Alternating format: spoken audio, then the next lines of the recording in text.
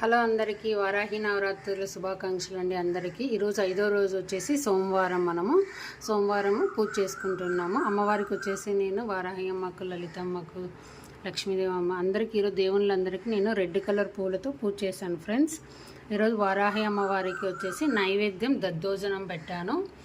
దద్దోజనం, పానకం, పాలు ఇలా ప్రసాదంగా పెట్టేసి పూజ చేసుకున్నాను ఫ్రెండ్స్. ఇలా హారతి ఇచ్చుకొని దేవునికి ఇలా ధూపం వేసి ఇళ్ళంతా ఇలా వారాహి అమ్మకు దద్దోజనం ఈరోజు ప్రసాదంగా పెట్టేసుకున్నాను.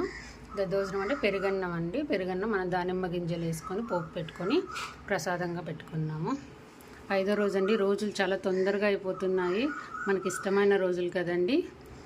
వారాహి అమ్మ తెలియకోకుండానే రోజులు గడిచిపోతున్నాయి. రోజు పూజ చేసుకోవాలన్న ఆశ, మనశ్శాంతి చాలా బాగుందండి. ఓం శ్రీమాద్రే నమః.